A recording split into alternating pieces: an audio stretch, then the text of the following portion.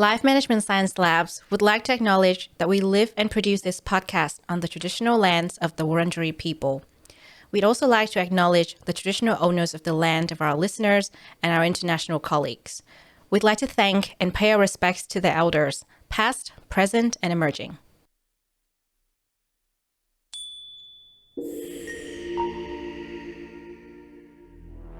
Hello, everyone, and welcome to Doing Well, the Wellbeing Science Insights Podcast produced by LMSL, the Life Management Science Labs. We are champions of life management science, providing structured insights informed by science and inspired by practice on key aspects of conscious living. Each week, we bring you scientific and practical insights on each element with the expert knowledge of professionals in the field. I'm your host, Lu Ngo, coming to your ears from Naarm, Melbourne, Australia. Let's learn together. Hello, everyone, and welcome back to Doing Well, the show where we talk about all things well-being. And today's topic is a very interesting one. I've never talked to anyone about this in depth before. Today, we're going to talk about techniques of mindful breathing. And we have a guest, a very special guest, who's the expert in this field, all the way from DC, and she's in our virtual studio today. I've had a lot of fun talking to her before we started the conversation. So I'm excited for you to get to meet her as well. And by way of introduction, today we have in our studio, Lauren Chelec Cafritz. She is an internationally known breathwork teacher, speaker, and the author of Breath Love. She's also the national representative for the International Breathwork Foundation and is a member of the Global Professional Breathwork Alliance. Thank you so much for joining us here today, Lauren. It's been so lovely to chat to you earlier, and now I'm excited to talk about the topic of the day. And please introduce a bit more about yourself, your journey, and how you got to do the work that you're doing with our audience. Oh, well, thank you so much for having me. It's been fun getting to talk with you across the globe. And my journey for breathwork, I went and got my master's in journalism, and I was a photojournalist for years. And then my son was 9 months old and I could not turn my neck. The pain was off the charts. And, anywhere I went, they talked about surgery and this and that. I'm like, I have a 9-month-old, I can't do that. And long story short, I got to breathwork. And very, very first one-on-one breathwork session with this trained breathworker, I was laying down and I was doing my session, and halfway through, it was clear as day that the pain in my neck was both physical and emotional. And I figured out who my pain in the neck was and what the situation was. And as I began to heal the situation, my neck began to heal. And so breathwork is a pure mind, body, spirit practice. And it has brought me so many gifts over the 20 years that I've been doing it. And I'm passionate about teaching as many people as possible how to do it. I've helped people on planes who have had panic attacks. I've helped people in grocery stores.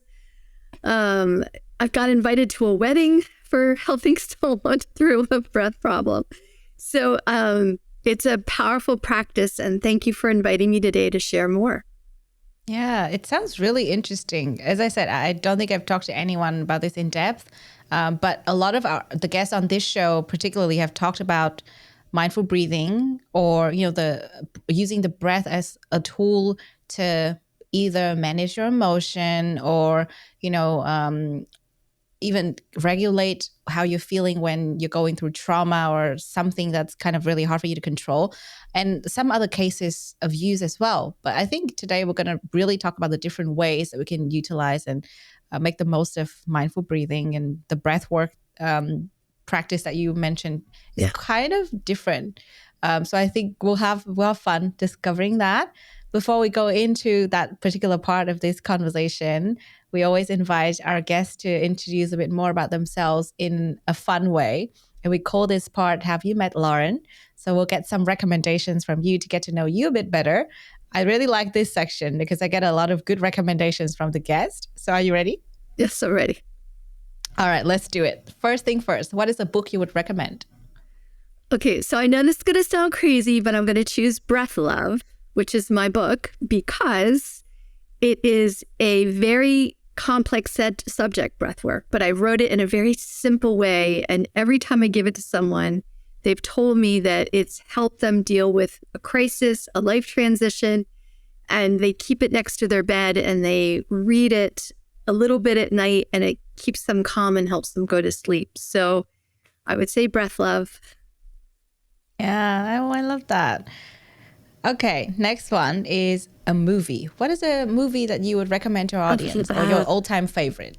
So that's really hard again because I love movies. I love them. And I think of movies as medicine. So depending the mood you're in, you need a different kind of movie. I work very deeply with people, whether it's a one-on-one session or group or retreat or whatever, I'm working deep diving with people. So I love romantic comedies. And they're just fun and they, so they're the new version of Family, is Father of the Bride with Andy Garcia. And I love any kind of movie that shows transformation, character transformation. And to watch his relationship with his wife, where they start off having this argument at the beginning of the film and he just can't listen. And I always think that listening is intimacy and it's the best gift you can give another person. So anyway, Father of the Bride. Yeah. Oh, I love rom-com. And I was trying to find new rom-coms to watch. So that's definitely going on my list. I'm going to put that on the notes right now. Thank you so much. You're welcome. Seems really interesting. Okay. The next thing is a must ask on this show. You are our guest on this podcast, but we wonder which podcast you listen to the most. So I love Brené Brown. Me too. Yeah. She goes vulnerable. Like I always go vulnerable. Like I say whatever's going on in my life because I always know that when you go vulnerable, it helps other people go vulnerable. So she's very like warts and all, if you know what I mean by warts and all. Yeah. Yeah. So she's courageous and vulnerable, and I love that combination. Yeah, absolutely. I talk about Brené so much on this show. Yeah, the number of times I've mentioned her name on this show, we could make a game out of that. But yeah, it's totally, I love that. And yeah, thanks for sharing. So I'm guessing when it comes to the podcast, you must listen to her. Oh God, now I forgot the name of the show. But what is it called again? The name of her podcast, if you could remind us. Is it Dare to Be Courageous? Or if you just Google Brené Brown, because I think she has more than one. Anything she does is powerful. And so even her YouTube videos are amazing, or her TEDx's or TED Talks. Yes, I remember now. It's called Unlocking Us. Yes, there you go. Yes, oh, that's such a great show. I love Brené. Okay, next one. Who is your famous role model, or if not a famous person, then who's your personal role model? So I think the pandemic really shifted things on the planet. Yeah. And if you asked me that before, I probably would have had another answer. But I had a very good friend. I have a very good friend who I went to high school with, who is a doctor. And during the pandemic, she left the DC area and went to New York City. And right at the beginning, they didn't know what was happening. She went there to work in hospitals, and she was knee deep in COVID. And so I just think anyone who is a helper, who goes the extra distance to be there for others, I just really look up to that. Yeah. Oh, beautiful. Yeah. And final question, what is a course you've completed that you would like to share with us? So that's a hard one too, because I'm in constant learning mode because I want to keep bettering myself and learning and growing as a person. So, I've studied yoga and Reiki and Ayurveda. I can't even say it right now. So I just signed up to learn how to give a cacao ceremony. So I'm just going to start that in like a week. Oh, wow. Yeah. That's so interesting. What does that entail? So cacao, have you ever been part of a cacao ceremony? No. My very first one was in Sedona. Okay. And I had a one-on-one cacao ceremony. And so you sip this very potent cacao. And it was like my ego completely dropped away. And it was like I was looking through my higher self's eyes, right? Like it was a very powerful experience. And so the funny thing is, and I had a birthday recently, and a friend who I hadn't heard from a long time ago, she sent me a message and she said, I hope you're having chocolate on your birthday because like I'm famous for loving chocolate. So for my birthday, I went to Sedona again recently, like 2 weeks ago, and a person was doing like a kind of a shamanic healing on me. And it was very clear to her that I was to train people and to use with breathwork cacao ceremony. So I went ahead and signed up and just went for it. So anyway. Wow. My first time hearing about cacao ceremony, not gonna lie. That sounds interesting. And I also love chocolate. This is like, I was like, whoa, this is a thing? See, I'm learning new things every day, talking to you guys. I love it. Love all the guests on the show. And thank you so much for sharing that.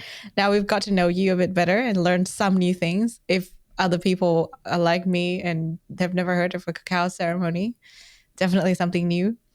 Now let's talk about techniques of mindful breathing. And I think this is where we're going to really get grounded because, earlier, right, it was hilarious. I couldn't really speak. I was kind of like agitated from the morning. I was kind of like running around. I was like, Lauren, I really want to do this. But let's talk about it because I think breath has to do with everything that we do. You know, like the only tool we have and the only thing we can control at all times would be our breaths. And that I've learned from a lot of other guests. But today I would love to explore that from the context of mindful breathing and how that relates to well-being in different areas of our lives. So first thing first, we always ask our guests to define well-being because this show is all about well-being and each person has such a different definition. So Lauren, what does well-being mean to you?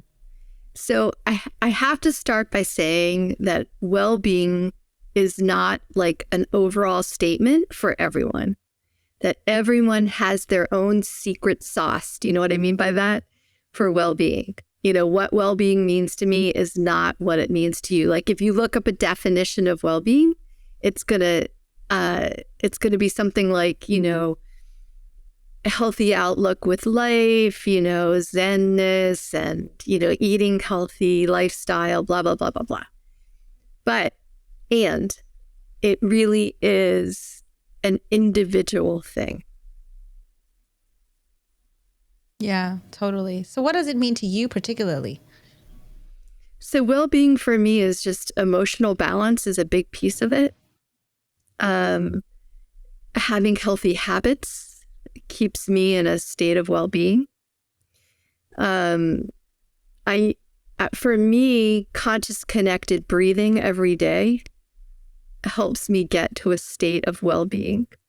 Yeah. So, yeah, it's a combination of things that brings me to a state of ease. Yeah, no, I feel at ease hearing that already. That's a really beautiful definition. And you're absolutely right. You know, all our guests emphasize that too. You know, it's very different for different people. Well-being is very personal as well as happiness. But I think when it comes to defining such a concept, it's important to know that there are different perspectives while we have different elements that we can all look at. So for example, like you said, you utilize breath work and mindful breathing to find that state, right? And I think this is something that everyone can potentially embrace and try as well. For example, if they've never heard about it before, you know, it's a good chance for them to try and practice it so they know more about the ways that they can improve their well-being through mindful breathing, for example. But one of the things that we notice a lot of the times when we talk about the concept of well-being is because each person has a very different definition, sometimes we tend to go for the wrong kinds of definition. Sometimes we have misconceptions and sometimes we see it in ways that are not beneficial for us. So it's also important to address some of these misconceptions. And, you know, according to your work, I'm sure you've met so many different people. You've heard a lot of stories. You've seen a lot of struggles. I'm sure you know a thing or two, at least a few things about misconceptions that people have. So what are some of the biggest misconceptions about well-being that you've noticed in others? So, there's different states, right? Like, yeah. I know people that think they have to be vegan to have well-being, or they think they have to run 20 miles every day to have well-being, or that they have to practice breathwork for 20 minutes to have well-being, or they have to do life right to have well-being. And it's not that at all. Like, sometimes well-being is just being able to let go and sit in a chair or a bench outside, to close your eyes and just get present. Feel your breath come in and out, feel the sun on your face. So sometimes well-being is doing nothing. Absolutely. So true. I feel like it's such a hard thing to achieve nowadays. And I was actually talking to a friend yesterday, and we were talking about her burnout, and I was asking, hey, how are you going? And she was saying to me something that hit really hard, because I've been feeling the same way. She was saying, it's hard because sometimes I feel guilty when I'm resting. I feel guilty when I'm not doing anything. And I know I shouldn't. And I was like, exactly, we shouldn't. We should allow ourselves to just be. Like sometimes I sit on my couch and I just look at the sky. That's it. Oh, outside the window. I just do that. I do nothing else. No music's playing, no movies playing, nothing. I'm just enjoying the moment. And for a very long period, I was like, I feel guilty for not doing anything. But then, you know what? That was productive rest that I needed. So that was a really big misconception that you addressed, that I think is really true for a lot of us. So can I shift for 1 second to something that you just said? Yeah, absolutely. So a lot of us spend the day in fight and flight. They're barely breathing, they're chest breathing, which means they're not diaphragmatically breathing, which puts them in fight and flight. And your organs heal in rest and digest. So put a hand on your belly and take a deep breath into your belly. And as you inhale, the belly's going to come out. As you exhale, the belly's going to come back in towards your spine. And take another one.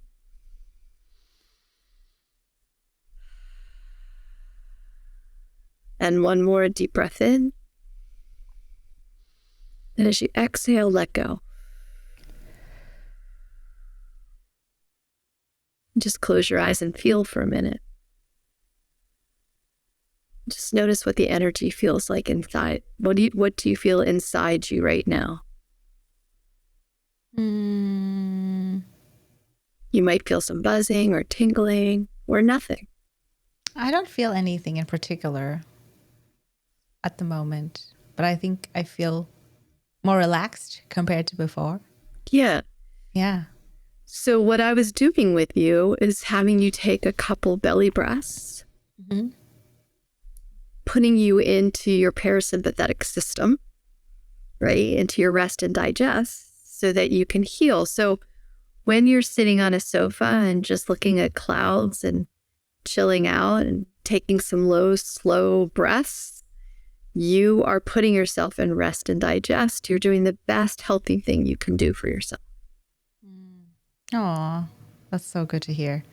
So this is something important, if other people are doing the same thing, well, it's productive rest. It's great. I think it's a wonderful thing that we should all do more of, because I feel like there's a culture of hustle, and, there's an emphasis on doing more every day. And I feel like sometimes doing less is actually doing more. Like what you were saying, right? Because you were utilizing the breath and really nurturing your body, which is super important. And as I said, mindful breathing is not a new thing, but also it's hard to master because, well, we can, consciously practice it, or we talk about it. in passing with friends or colleagues or, whoever we meet. But I think doing it can actually be really hard because there would be a lot of challenges, right? As I just mentioned, there's a hustle culture.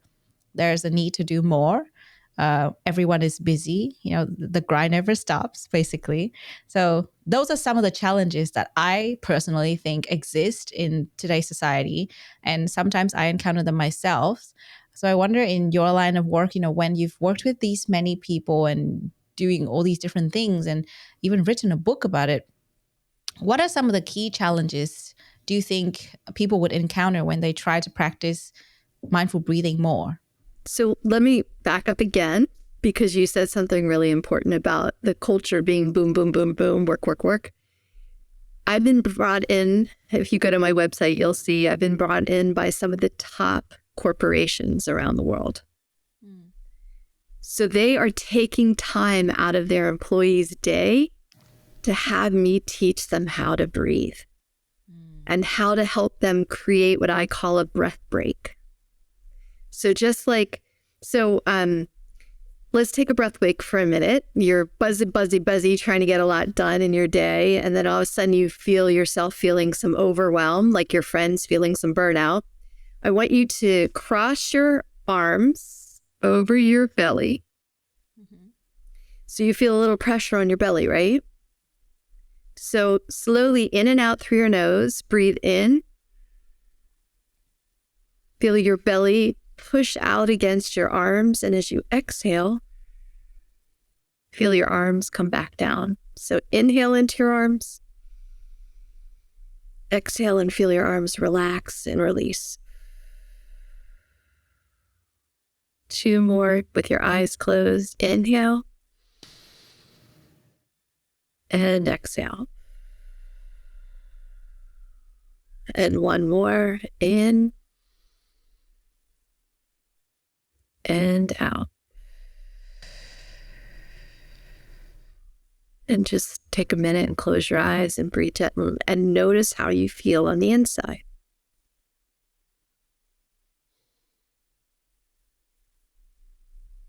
And that was just some small ones. You may again not feel anything, or you may feel a little buzzy or tingly. So breath breaks a couple times during the day, again, are going to put you in rest and digest, which is really healthy, not just for your body, but for your mind. So a challenge for people is that they have these busy brains, these beautiful, brilliant brains. I once said to a relative of mine, like, it would be great for you to try not breathwork. Back in the day, I said to him, it was great for you to try some meditation. Would you like to learn how to meditate? And he's like, absolutely not. Why would I ever want to do that? Because he didn't want to let go of one thought. Each thought was so precious. And what we don't realize is when we let go of our thoughts, they'll be there for us when we're done. But it's safe to let them go for a period of time. And when you do that, you get to regroup. And then you're in a different space to then meet the next challenge, right? So one thing I've noticed, I'm going to stick with the busy corporate kind of thing, because that's what you were talking about. With corporations, whether I'm on retreat with people or not, they're telling me that once they learn how to do this and they use it during the time, like I was with a corporate retreat in Tahoe last year, and I was with them for 3 or 4 days. And then by day 2 or 3, they're like, this is huge. Like they start to understand. At first they thought, I already breathe. Why do I need to do this? And then they start to see that when you take some mindful breaths deeper in, and you learn how to diaphragmatically breathe, and I do other things to help open people's breath up, they start to feel differently. They start to walk differently. They start to talk differently. I do some breathing with people so if you and I are looking into each other's eyes, I have people sit very close together and I have them breathe 10 breaths in and out, looking into someone's eyes, and it's very vulnerable. And you can't look away and you can't nod and you can't do anything. You just stay connected to your breath. And you breathe with another person. And people want to fidget and move, but they can't. They just have to stay with it. And by the 10th breath, sometimes people cry and hug. Sometimes someone said they feel so connected that they end up having lunch together later that day. They had to get first past their vulnerability of wanting to do some breathing exercises and being intimately close with another person. Yeah. So there's a lot of things you have to get over to be able to do the deeper work. Yeah. Am I answering your question? Well, yeah, totally. It's really good to address one of the biggest challenges, because I think you just touched on something super important. Work is such a big part of our lives. And, you know, when at work, you get overwhelmed easily on some days. And I know this because I talk to my team a lot. You know, like with my team, I know that sometimes they feel like they need to get this done ASAP, or that, you know, whenever the deadline is, and they get overwhelmed and they're like, I don't really know where to start. And sometimes I feel the same way. So an interesting piece is when you start to get overwhelmed and you can't think straight, there's a reason for that. So when you take a conscious breath, right? Take a deep breath in and let it go. You just lit up your prefrontal cortex, the higher reasoning part of your brain. That's the part of the brain you want to be in when you're doing a project. So if you're fearful and you got a lot of going on, you're running around like a right? You're in your amygdala, the primitive part of your brain. That's the part of the brain that like keeps you from walking in front of a car. But that's not the part of the brain you want to be in when you're doing a project, right? Yeah. So getting your team to take 10 breaths together, regroup, and then attack the project, you're going to be in a different space. Yeah, totally. Yeah, which is why I said that was one of the really interesting challenges that you address. But my question was around other challenges. So what are some of the other challenges that we should look out for? You know, work is a big part of our lives, but then other things happen as well, right? So what are some of the challenges that we should look out for when we try to practice mindful breathing, or when we first get into it, or even try to keep it up, because things happen and we can easily fall off and forget about it, right? And the show is about well-being. We want to remind our audience to actually look out for these challenges and really build it into their lives. So what are some of the challenges that they should look out for besides those ones? You're not going to like my answer, but I'm going to give it to you. The answer is you have to build habits like brushing your teeth. Every day you brush your teeth, at least twice a day, right? You don't not do that.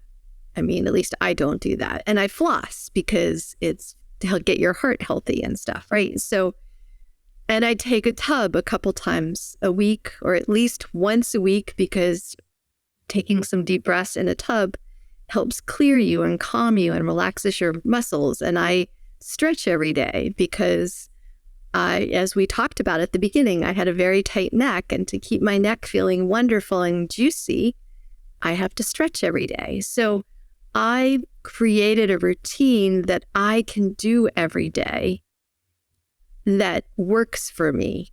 So every person has something different. Like for me, I don't get out of bed in the morning without putting a hand on my belly and one on my chest, and then inhaling from my belly to my chest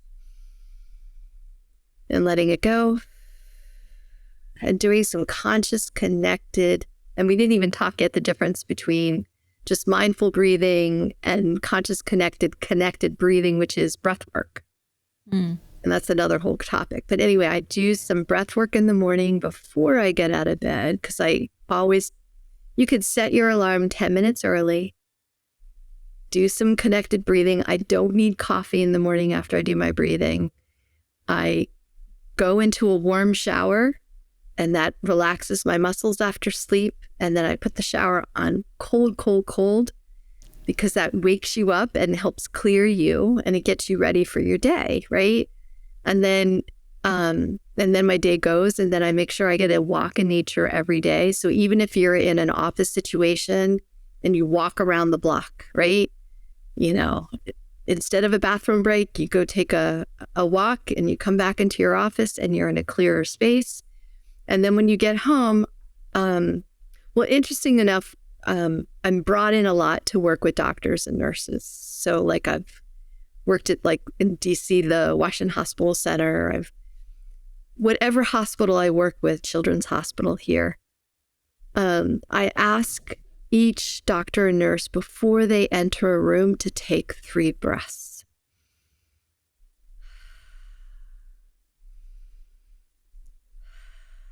And one more. Because that way they're leaving all the stress that they had from another patient, and they're entering the next room in a clearer space so they can hear more, right? Because otherwise you're in a reactive state. And as we said earlier, listening is a healing modality. So if we want to really listen, we have to be in a clear space to listen. So I built that in for them, you know, so they had to slow their steps down. Maybe sometimes between a patient, they'll breathe and walk, kind of a mindful meditation from one patient to the next. Some people, I have them take 1 breath before they answer a call. You know, so there's many ways to bring in mindful breathing. Because like the first thing I hear is like, I don't have time. I have kids and lunches to make and this and that, you know, like there's always reasons, right? But the highest thing we can do for another is to be clear, right? And open and available and present. Yeah. And we can't be present if we don't have these tools. We don't use them. Yeah, totally. And some people, it's before they go to bed at night, right? Like, so, I mean, because this is the big excuse, I don't have time. So let's go to, before you go to sleep at night, you take a deep breath in for 8. Can you breathe in for the count of 8? Some people can, some can't. So it's like 1, 2, 3, 4, 5, 6, 7, 8, and then out for 8. And by the time they do a couple long, slow breaths, their whole body slows down and they can sleep better. So there's many excuses, and that's the biggest thing that stops people from being mindful. But if you're upping your water take during the day, if you're walking a little bit, if you're giving yourself a cold shower, if you're doing some sort of breathwork practice, if you're smiling more, you're going to find a sense of well-being. Yeah, that is so true. I think we just not only addressed some of the challenges, but also how to overcome them, which is a really good one, because I really like that you said you build the habits for yourself. But again, this is something that will have to be customized to each person, because, you know, it's got to be something that works for you particularly, right? Maybe some people like to go for a walk first thing in the morning, and for you it's like the shower part, and I really like that. But I think it's also a matter of learning about ourselves, find out what works for us, and build in that mindful breathing at a time that works for us as well. Maybe first thing in the morning might not work for some people, but you know, perhaps during or after the walk would be helpful. And that got me to think, so mindful breathing is not something that you can only do it when you're seated, or, you know, like when you're in a particular situation. So how can we adapt it in different scenarios? So you already talked about work, you know, when you did some workshop with corporates and things like that. But for ourselves, how can we adapt mindful breathing in different situations in our lives? For example, when we exercise, when we are working, when we are cleaning even. I'm pretty sure there are multiple ways we can adapt mindful breathing in our lives. So when you start doing breath work, conscious connected breathing, this deep rhythmic breathing that really clears you, and it's super powerful. And we haven't really talked about it much, but we will. Yeah. You notice your breath 24/7. When you're awake, you're noticing, like you'll feel when you stop breathing. Like I used to have phone apnea. If I was talking with someone who was like, right? Like I noticed I stopped breathing and it hurt. So now I'm constantly noticing if I'm breathing or not breathing, if I'm shallow or if I'm full. Like, so it becomes a life practice. And relationships are a great place to practice breath work, because if you have a partner in life, I've been married 31 years. I love my husband. And, I've learned a lot about patience, using my breath to build patience, using my breath to be in challenging situations so I'm not reactive. So when we're emotional, it's a really good time to check in where your breath is, to slow it down, to just be for a few beats before answering someone. You talked about,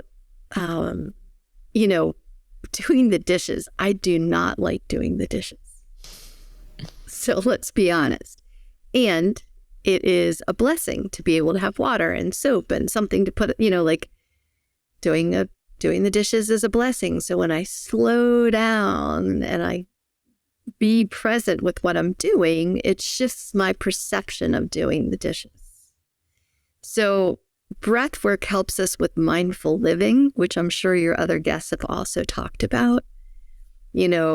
How we walk, how we talk. Our breath regulates everything. Every organ in every single organ in our body is affected by our breath. So you want to start to optimize your health, you need to learn how to optimize your breath.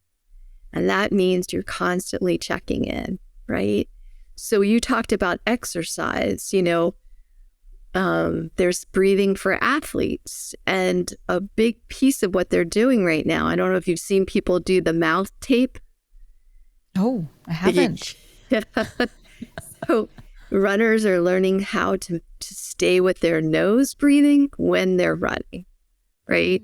And so, when I walk up I'm not a big runner, so I love to walk fast. And when I'm walking up a very high hill, I know how hard it is for me. If I can stay in my nose the whole time, I'm good. But there are some hills where at the end, I'm like, I'm like, oh my God. And as soon as I get to the top of the hill, I shift back to my nose. And it might start like that. And then it'll even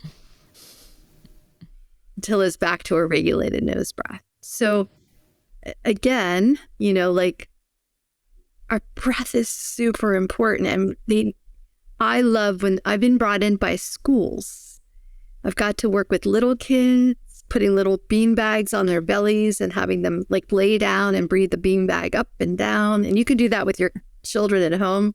You put a stuffed animal on their belly and you just tell them to inhale it up and exhale it down. And they start to learn how to regulate their breath. And then when they get to school, they know how to regulate their breath. And so sometimes I work with families. So you can do breathing in a family situation. And so a family will bring me in and they'll all lay down on their floor. It's kind of cute. Anyway, my favorite story is a 6-year-old. Yeah, 5 or 6-year-old who, the youngest of the crew, that I was breathing. I wasn't even sure if she was getting it. Her dad, 2 weeks later, came in from work and he was just grumpy and a mess. And she took him by the hand and pulled him to the sofa. And she said, "You're going to breathe with me." Aww. So she got it. She understand her dad needed to breathe. It's when pediatricians come to these huge health conferences. I love getting to work with pediatricians because they can, look, are you an actress? Can I pull out your acting hands for a minute? Sure. Okay. Let's do it. I'll try. Okay. So here, you're going to give me shocked and surprised, and you're going to hold it. Ready? So shocked and surprised. Now breathe. Where's your breath? Chest or belly? Chest. Yes, chest. So what happens is these little kids, when you watch a baby breathe on the beach, it's like their whole beautiful body is breathing. Then something happens and it gets shifted to their chest. And it stays there until someone helps shift it back to their belly. So that's why I like working with parents. So they can check in to see, did my child's breath start shifting? Because when you chest breathe, it puts you in fight and flight. It raises the cortisol and adrenaline, and you just feel bad. So we want to be belly breathing, all of us, our whole family. And we want to be nose breathing all day long. It's another piece of this. If there's a James Nestor book is another good book for people to read. It's called Breath. And it's all about the science of breathing. And we want to be breathing with our nose all day long because it's the healthiest place to breathe. It's best for all our organs. It helps with all sorts of regulation. It moisturizes the air as it goes into the lungs, blah, blah, blah, right? When we do breath work, sometimes we start with our mouth and we breathe this deeper rhythmic mouth breathing at the beginning because it helps clear some of deep emotion, and then we shift to the nose. But all day long, we want to be breathing with our nose. And so just getting someone to shift to their nose and to stop using their mouth, because mouth breathing ages us. It dries out our gums. It does all sorts of things that's not good for us. We want to be nose breathing. But some people are just like, I don't want to. I have sinus issues, or I don't want to, I'm more comfortable with my mouth, and just getting them to shift into a nose breath is the beginning of their practice. Wow. That's so interesting. I didn't know that. Learned something new today. Very interesting. I think it's interesting when you also mentioned the fact that, when we really pay attention to where it is, like chest or belly, that's kind of like, oh, I didn't really think about that before. And I guess a lot of people also don't notice that. So, you know what? It's one of the key takeaways for the day, I would say, just to emphasize where we should really pay attention and how we should control or monitor the breathing that we are doing. It's like second nature, right? It's just you breathe. You don't really think about it and you just don't pay attention. But there's so much that happens. And I think one of the main things that I've noticed recently is when I'm really stressed out, for example, doing something, I notice that I hold my breath. And then after that, I'm like, oh, wait, I was holding my breath. Why? And then I started to breathe again. And I was like, wow, that is actually pretty worrying, because I didn't even pay attention to the fact that I was kind of like tightening my muscle and holding my breath and not really breathing properly. And we all know what happens when we don't get enough oxygen into our brain. So I guess this is actually really good to pay attention at all times. And I think whenever there's a situation, and recently this is what I've learned as well, whenever there's a situation that's really stressful, or, it's hard to think, or to, sometimes I have a headache as well. And a lot of people might struggle with this, headaches, migraines. We've all been there. I find that just taking a few moments to breathe, and in fresh air especially, really helps me. I don't know if science backs this up at all, but I find that if I'm just indoor controlling my breath, that doesn't really help. But if I actually go outdoor and do that, the fresh air really helps me to feel better. The headache sometimes just goes away. It's really cool. So breathing in fresh air is so powerful because when you walk outside, you're immediately put into your five senses. So you come out of your head where all the energy is here, where the headache is, right? You're buzzing here, and you want the energy to be throughout your whole body. So one, you're feeling your feet on the pavement. You're feeling the sun on your face. You're smelling the smells from being outside. You're hearing birds chirp, and so it's an immediate shift in mood to go outside. Yeah. Oh, so true. Couldn't agree more. I think we should all get out more. Even, if you work at offices, definitely, go for a coffee walk or something, just a short walk. I think we should normalize that. Like, can I have a walking break or, a nature break instead of like a cigarette break? Because sometimes people are kind of like, and this is what I've noticed when I used to work at offices. It's like you gotta have some sort of excuse to get outside. And I feel like, you know what? I just need some fresh air. It's more than enough. So important. Okay, I'm going to add this in. Yeah. So I started like 10 years ago when I needed to have a meeting with someone. I would go meet them somewhere where we would walk. So instead of being on a Zoom call or, whatever, I usually would go on something near me called the Billy Goat Trail. Okay. And so it was like a Billy Goat meeting. So or you could tell the person, if it has to be a phone call, you put in earbuds, I'll put in earbuds, and let's go take a walk. But for me, it's first being on nothing. Just to go feel the sunshine and feel the air and walk and move yourself. So when emotion is stuck in your body, it hurts. And when you're on a phone all day and you're on a computer all day, you're like this. And it's like a kink in a fire hose. Like a fire hose, when it's working, it's just poof, the energy's all flowing. But when we get kinked from like dealing with one problem and then another and not having time to process it, and it just gets tighter and tighter. The minute you go outside, you're moving your body, you're breathing more deeply. And if you can make some sounds, movement, breath, and sound are powerful tools to help move emotion. It's why breath work is so important.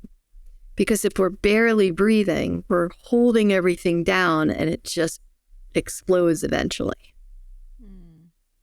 Yeah, I hear you. Totally. And one more important piece is that people are afraid to feel.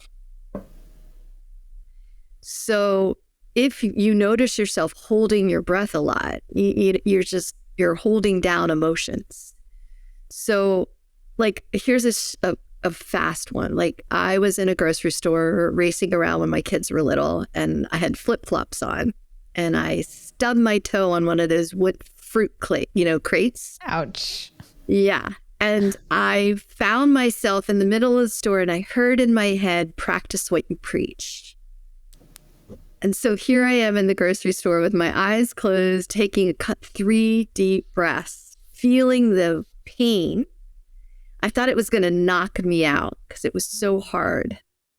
And I just felt the wash of pain go through me and over me. I kept breathing through it. By the 3rd breath, I could keep going. And usually when I stub my toe, I feel it for like 3 days. By the next aisle, it was gone. Wow. So when we learn how to use our breath and feel, we heal faster. Oh, that's so helpful right now. I'm sure we can all use this technique to heal from things we don't talk about, every single one of us. So yeah, I think this is really great. And the final question in this part, to go back to what you mentioned briefly earlier, would be the different mindful breathing techniques. Because I think you briefly mentioned them, but we didn't really go into details. So just for our audience, final question before we go to something more practical. What are some of the different mindful breathing techniques and how do they actually differ? So when, like we talked about with sleep, long and slow in, long and slow out. So that's going to get you in rest and digest. People who have heart issues, coherent breathing is wonderful.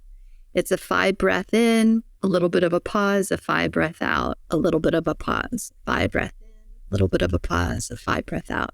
So you're counting for the count of 5. Some people can't make it past 3.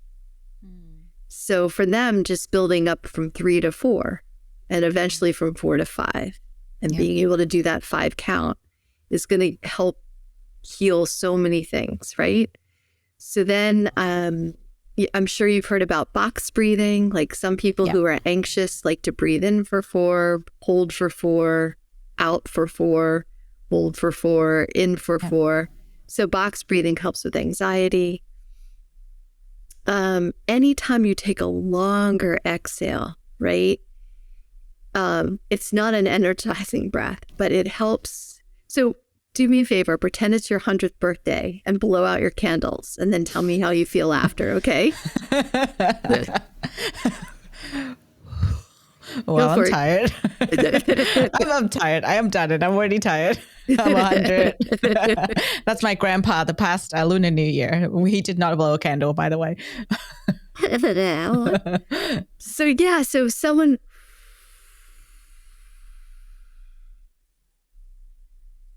You feel calmer, but you feel tired. You know, it's a heavier feeling. It's just but if you're very anxious, it's a good place to go, right? But let's say someone needs a energizing breath, right? They didn't have a good night's sleep. And that's where the conscious connected breathing comes in. So I'll do it through my mouth so you can hear me. So it's almost like so in, out. That's going to boost your energy.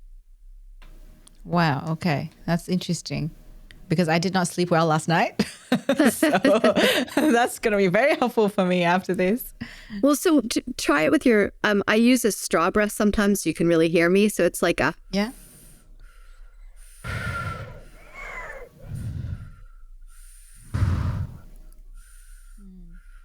And you do that for like 10, 20 breaths and you're going to start feeling tingly and pulsy and like recharged like you had coffee. Right? Okay, I'll do that straight after this. Okay, and then let's say something big and emotional happens and you want to clear it fast. So this is one where you breathe in through your nose fully and then you take another sharp sip and then out through your mouth. So it looked like this.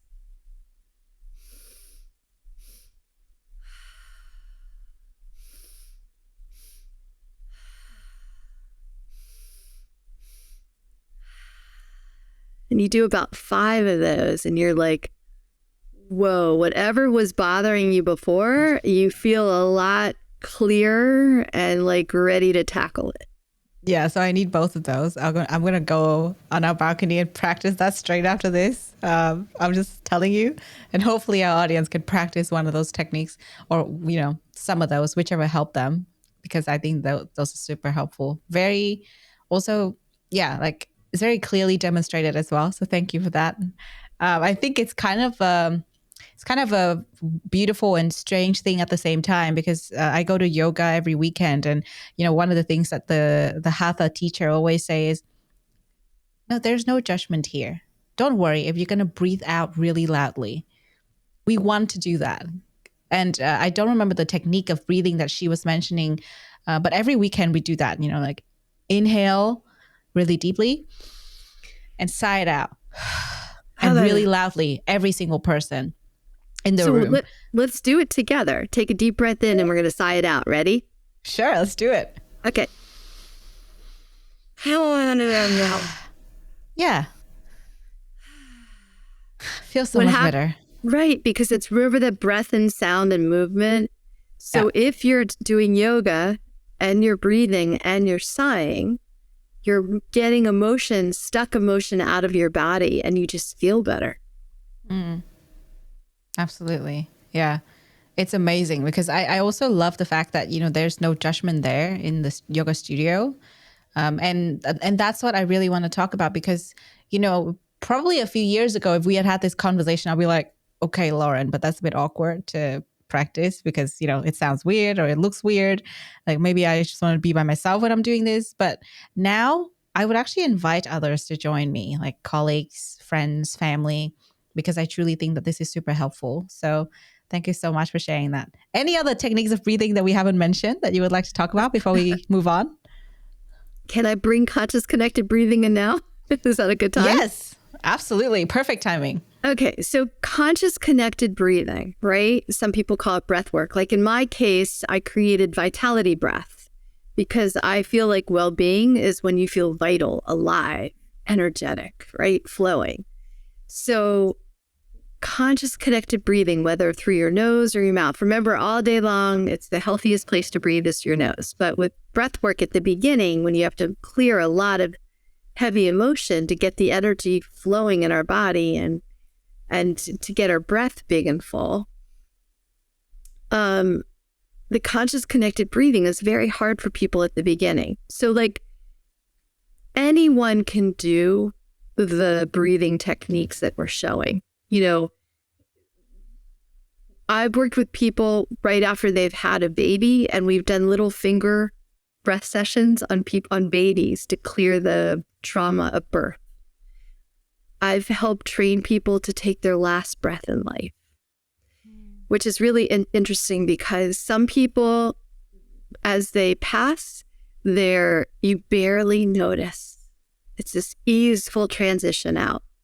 And some people scream their way out.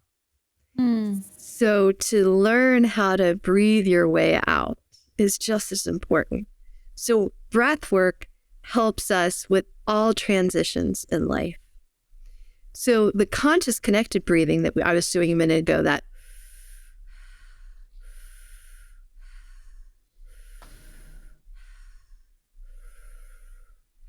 which is a circular connected breath. There's no pause between the inhale and exhale.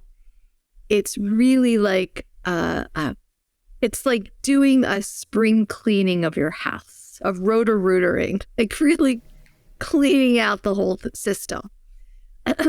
People come to me for a retreat, and the first day of breathing, you may see tears, or you may see like tightness of breath, or you may see whatever. By the middle of the retreat, you'll start to see hugging going on, and more sharing, and more noise. You know, like when I do breath work, as in yoga, like I'm not afraid to tone or make sounds in yoga because obviously I know the importance of it. Yeah. So in breath work, we do some toning. So the sound clears the heart. Oh, helps us get anchored in our body. Brings the energy up and out. So different vowel sounds, and you can play with that, clear different things. So conscious connected breathing is a very important tool for well-being. And some people who have epilepsy or heart issues or pregnancy need to ask a doctor first before they can do it. And I can have anyone do breath work if I have them do this long, slow, just being conscious with their breath. So someone may come to a group breath session and they're 8 months pregnant, and I'll just prop them up in a different way and just have them do a longer, slower, gentler breath. And they'll get to the same place the people who are doing the more powerful breath is going to get to. So I just wanted to add in, people can go to vitality-breath.life, my website, to learn more about what breath work is. Or go to the International Breathwork Foundation to see what it is. It's really important when you're doing breathwork for the first time to work with someone certified who knows what you're doing, because what happens with breathwork is, and I'm going to go deep for a minute if that's okay. Yeah, totally. Inside of us is a wounded, sometimes can be a wound, and most people, there's a wounded child and an enlightened parent. And depending where we are in life, and for a lot of people, their wounded child is driving the car. And so they were going to respond to life the way a 5-year-old would respond to being hurt or being told no, right? But the more breath work you do, the more and more the enlightened parent or the enlightened self is the one driving the car. And so breath work helps us work through a lot of our childhood traumas that stop us from being in deep relationships, that stop us from having good friendships or manifesting our dreams because we're fearful, right? The way we breathe is the way we live. So if you're taking these little shallow chest breaths all day long, it's going to be very hard for you to manifest these big dreams. So my whole philosophy is dream big and stay there and use breath work to help you make it happen, right? So the more breath work you do, the more clear you are, the more you're able to vision and breathe and make your dreams happen.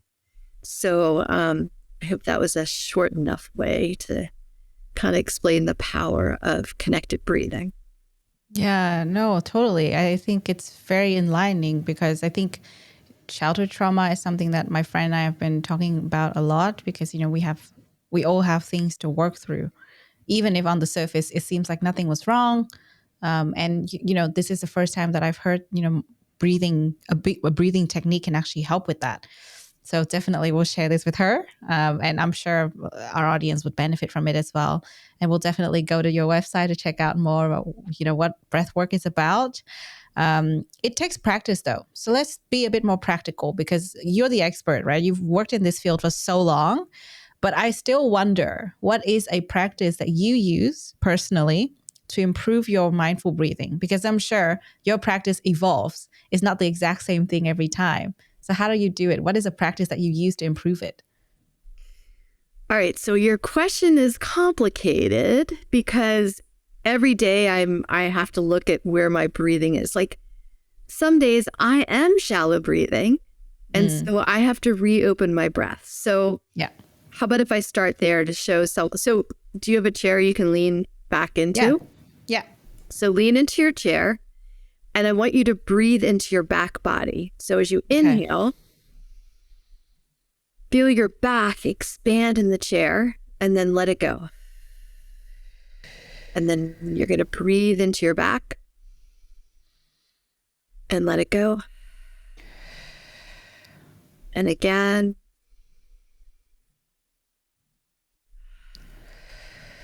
And one more time, breathe into your back. And let it go. Now close your eyes and feel.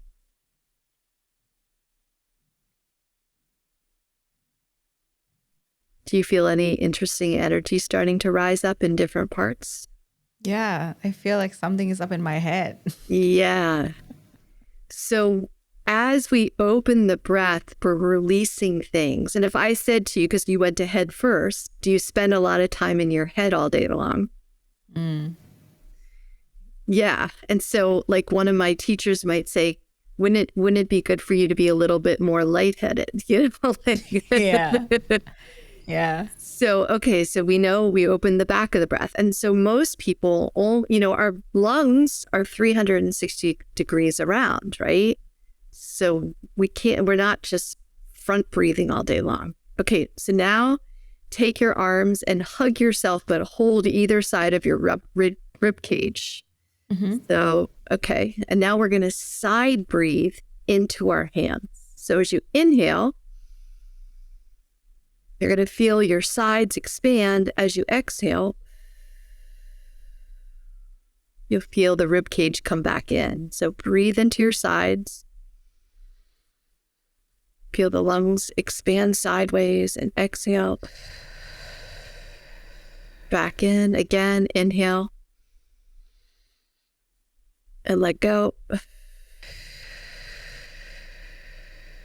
2 more deep ones in.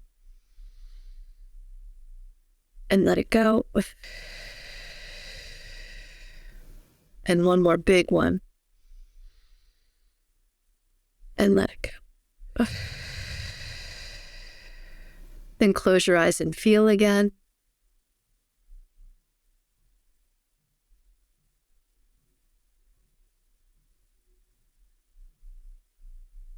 And where do you feel it this time in your body?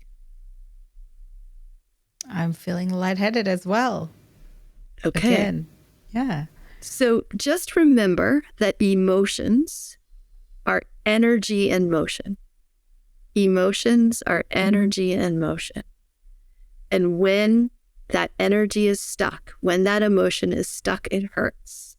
And when we fully breathe, we're giving ourselves a chance to integrate any emotion we haven't had a chance to feel. So it's going to come up and out. So when we can relax and breathe with it and just let it be any which way it is, it's going to move. So breath work helps us first to integrate it, right? To really feel it, process it, integrate it, and then it moves. Again, remember, people are afraid to feel. They want to drink it down. They want to pill it. It was funny. I had a client once. He came for anxiety.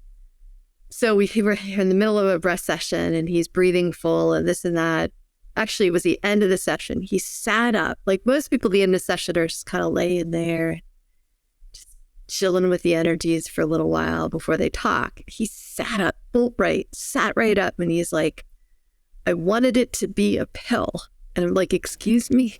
And he said, he had a pain in his back for years. I guess he was taking meds or whatever. And he understood, again, like how the pain was both emotional and physical. And the pain went away during the session, completely gone. Wow. And he didn't want to have to do the work. He just wanted to take a pill. Yeah. So breathwork are for those people also who are ready to own their wellness, like to help release and let go. And anyway. Absolutely. Wow. That's a really good thing to know. So I think the golden question that our audience would probably be wondering is, how often should we do this? So I'm going to say it again, like brushing teeth. You want to do a little bit every day. And once a week, you want to do a bigger clearing one. So I normally tell people, go get 3 breath sessions from somebody that's like licensed. You can go on the International Breathwork Foundation's website. Like if you're from Japan or England or Australia or whatever, there's beautiful breathwork schools in all the countries. And then you find yourself someone and then go get 3 sessions. If not, you can go online to YouTube and put in breathwork for beginners and just begin to start to have a practice. And if nothing else, put a hand on your belly and one on your chest and see if you could take an inhale from your belly to your chest. And let it go. And again, in. And let it go. Full diaphragmatic breath from belly to chest. And let it go. And if you do 10 of those in the morning, it's going to start you at a better place. Or if you could do it at your lunch hour, and just getting 10 breaths in a day just to begin your practice, it's going to be huge. So thank you so much for that. I think we should all incorporate that into our daily practice, and baby steps are always important. So thanks so much for sharing such practical tips with our audience. And for myself, I'm definitely going to do that daily from now on. Now, let's do something fun before we wrap up. We have a section called Open Mic, and we would like to introduce you to talk about anything you're passionate about. It could be related to the topic, or it could be something entirely different. It's totally up to you. I have a feeling you might talk about your work, but yeah, go for it. Well, I am completely passionate about what I do. And, there was a study that just came out that says 60% of, this was a United States study, 60% of people are feeling disconnected from others and lonely. And less than 40% of the people have more than 3 friends. And they're calling it a mental health crisis that's happening here in our country. And I think the pandemic was the beginning of having friend groups pull apart and, not being able to hug and be together and connect. And whether it's your spiritual practices or, going off with girlfriends or whatever it is that helps you feel connected, having people feel disconnected is not good for well-being. So what I wanted to throw out there is, getting, like you said, you're going to take your girlfriends and your family now, and you're going to get them to do some breathing with you, right? Like, I have a client who I'm teaching this Saturday online and in person, and her birthday party, I guess it's her 40th birthday. She's bringing friends to this breathwork class that I'm teaching as part of her birthday celebration. Then they're going to go eat after. Because she wants her girlfriends to understand what this is, to help them reconnect in a deeper way. And then for me, once people start doing breath work and having mindfulness practices, it starts to open something up in them that they start to want to, one, help others. You know, once you start helping yourself and you start feeling good, and then you want others to feel good, and then you're helping them. And then the next thing is like, well, you want to help the planet. You know, you want to clean the water, and you want to help make our air cleaner, and you want to help make soil cleaner, and you just want to make the planet a healthier place to live. And so I feel like there's this huge ripple effect when people have a mindfulness practice. And so I'm very passionate, especially when I work with kids and they start to get this and they start to feel better, and they can, you know, quickly heal their childhood wounds. And they're like, well, wow, like, what can I do for the planet? I want to be part of it. And they do a neighborhood cleanup, or the young woman who recently figured out how to add something to the pesticides that stops hurting bees, so bees can thrive, because bees are so important to our planet. And anyway, so I'm super passionate about the oceans, and my husband works really closely with the Ocean Foundation and putting seagrass, because there's a huge percentage of our air that comes from the oceans, not just trees. So we need healthy oceans to have air to breathe. So anyway, you're getting me down this whole rabbit hole of like what I'm passionate about. But I love it though. It's amazing to hear. So inspiring. So yeah, keep going if you have more to share. What should we do? Like what are some of the things that our audience should know or can start participating in to help? Like those would be key messages. So it all starts with loving yourself.